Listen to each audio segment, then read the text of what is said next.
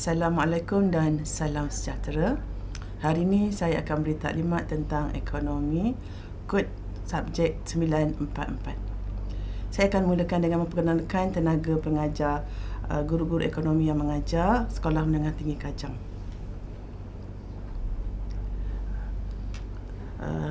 Subjek ekonomi akan diajar oleh Puan Rewati anak perempuan Palaraju, Encik Zamri bin Kamdi, saya Puan Hawizah binti Abdan dan Puan Lok Joy Yut. Kandungan subjek ekonomi berdasarkan modul ekonomi yang dikeluarkan oleh Kementerian Pendidikan Malaysia ada 3 semester, iaitu semester 1 mikroekonomi, semester 2 makroekonomi, semester 3 ekonomi Malaysia dan juga kerja khusus. Bagi semester 1 kita akan belajar mikroekonomi.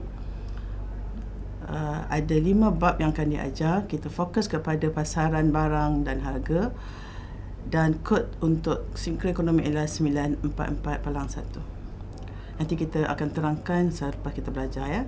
Okey, untuk semester 2 juga kita ada 5 bab, bermula dari ekonomi pendapatan negara sehinggalah perdagangan dan kewangan antarabangsa. Kod dia 944-2. Untuk semester 3 kita akan belajar 6 bab. Okey. Seperti yang saya maklumkan tadi, untuk semester 3, samping kita belajar ekonomi Malaysia, kita juga akan menjalankan kerja khusus. Okay, kita ada 6 bab. Jadi kerja khusus akan diambil daripada mana-mana tajuk daripada semester 3. Jadi jika kamu lihat di sini, kita ada tajuk pengangguran, guna tenaga upah, tajuk 2 inflasi sara hidup, tajuk 3 perdagangan antarabangsa dan imbangan pembayaran, tajuk 4 usahaan kecil dan sederhana, tajuk 5 institusi kewangan dan tajuk 6 kemiskinan dan agihan pendapatan. Daripada 6 tajuk ini akan dipilih sebagai tajuk kerja khusus. Okey, jadi hari ini cikgu terangkan terus format peperiksaan. Untuk semester 1 dan juga semester 2, mikroekonomi dan makroekonomi, wajaran yang ditetapkan ialah sebanyak 32% bagi setiap semester. Jadi untuk menjawab peperiksaan ini dibekalkan masa 2 jam sahaja. Ada 3 bahagian yang perlu jawab. Bahagian A, aneka pilihan, ada 20 soalan objektif. Bahagian B, soalan esei, ada 6 soalan, perlu jawab 4. Bahagian C, soalan kuantitatif, ada 3 soalan dan perlu jawab 2. Bagi semester 2, masa yang diperuntukkan hanya 1 jam. Ada 2 bahagian yang perlu dijawab, iaitu bahagian esei, ada 6 soalan, wajib jawab 5. Bahagian B, soalan kuantitatif, ada 2 soalan, jawab 1. Manakala untuk semester 3 juga, murid wajib menjalankan kerja khusus yang membawa markah 20%. Okay. Semua murid boleh mengambil subjek ini sebab kami menggalakkan murid-murid mendapat A dan B, terutamanya bagi matematik, digalakkan mengambil subjek ekonomi.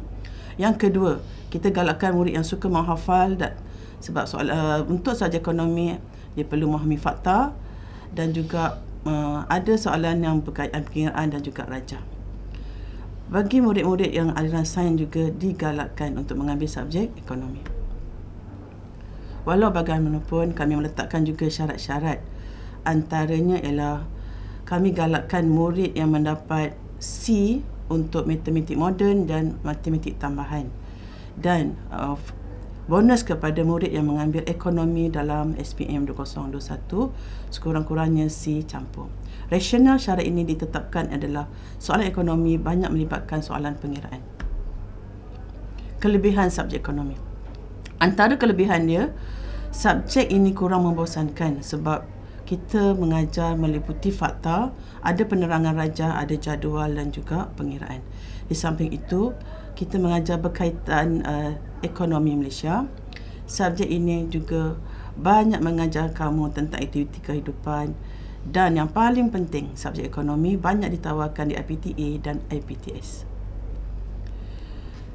Okey. Ini antara peluang pekerjaan sekiranya kamu ada belajar subjek ekonomi. Antara pekerjaan yang menunggu ataupun peluang pekerjaan adalah sebagai pensyarah ekonomi dan juga peguam. Baiklah murid-murid.